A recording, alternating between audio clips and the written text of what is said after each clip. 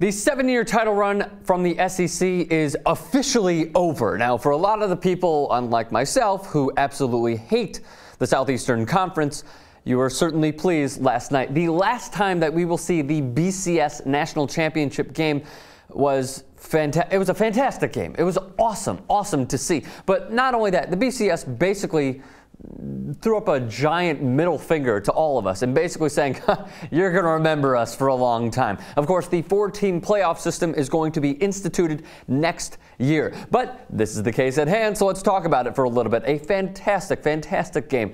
Florida State, by the way, they went into the half down 21-10. But the one play that really shifted the way that they went about the rest of the game and grabbed a little bit of momentum. I know that Bill Barnwell, fantastic writer off of Grantland.com, certainly wrote a piece that basically indicated that there is no such thing as momentum. But if there were to be some sort of thing called momentum, Florida State certainly grabbed it and took it into halftime. The fake punt play a la Eric Weddle and Mike McCoy of the San Diego Chargers, ballsy call when their backs are up against the ropes. Florida State, this is obviously. And they go for it basically with the fake punt, and that leads to a touchdown drive to make it 21-10. Now, granted that they were down even further. They overcame an 18-point deficit. That is the largest deficit ever in a BCS National Championship game. We fast forward to the fourth quarter, and Jameis Winston, 2 touchdown passes, when in the first half, he simply looked like a freshman quarterback. Heisman winner, BCS National Champion, 2 touchdown passes in the fourth quarter. On that last drive, Tre Mason, by the way, prior to that, had 195 rushing yards. He just missed having the most rushing yards in a BCS National Championship game by 5.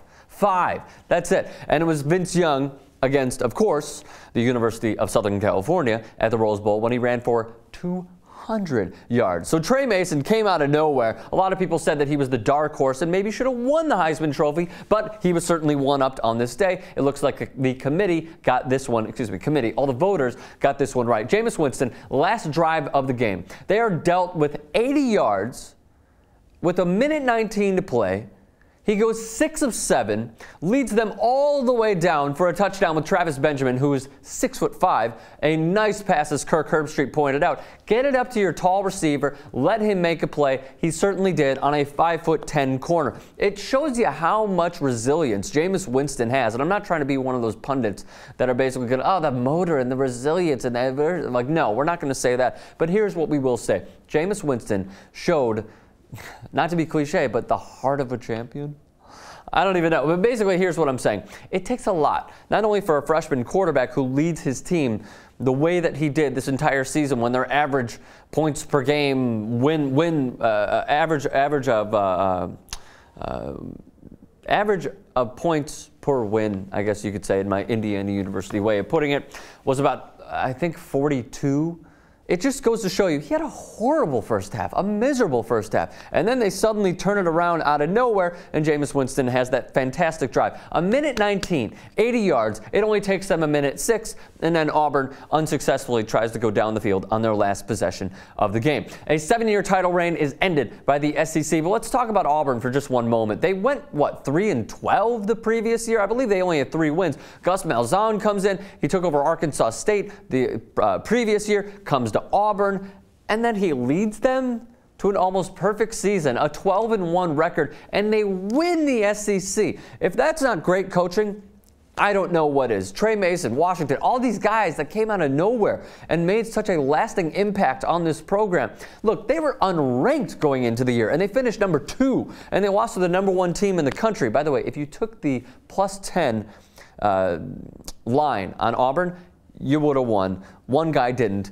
It's me. So now I asked all of you guys to chime in on Twitter what exactly your thoughts were. Here are those. Richard Greenwood tweets at Strom, coming from someone who doesn't follow American football, this was one of the most entertaining sporting events I've ever seen. Well, I'm glad that college football certainly grabbed you, and the last title game ever in the BCS era.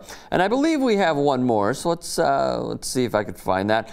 John H. tweets at Rick Strom, I no longer have a grudge towards Auburn for beating my Ducks a few years back. Glad Auburn lost. Great run FSU. Yeah, it was a fantastic run. By the way, Auburn went 12-2, so I apologize for that. They went 12-2. But either way, a fantastic turnaround. They won the SEC championship game, unranked going into the year, and then they blow the lead. Yeah, I certainly thought that they would do much better. I thought that they would win, but the +10 margin, I hope you guys took it. I did not. So what do you guys think about the BCS National Championship game? Leave a thought in the comments section below, and do me a favor, subscribe to TYT Sports.